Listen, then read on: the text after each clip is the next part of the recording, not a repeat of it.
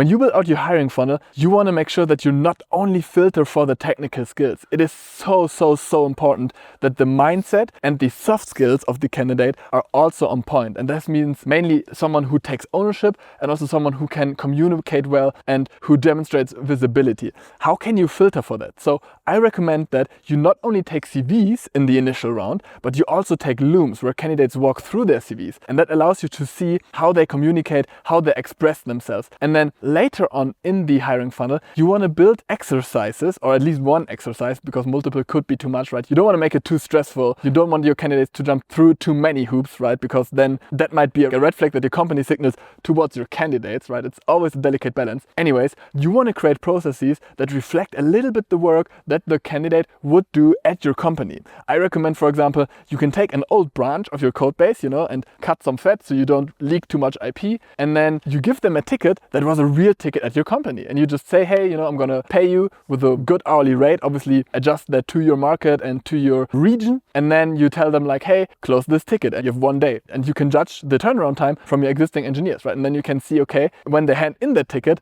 how did they solve it? Would this be a PR that would get merged at your company? Or would this be a PR where your existing team would be like, oh no, what is this, And that allows you to evaluate them in a more realistic context. And then obviously do the other things that you might need to do, like background checks and architecture interviews, just to get a feeling of how the candidate behaves during the interview process.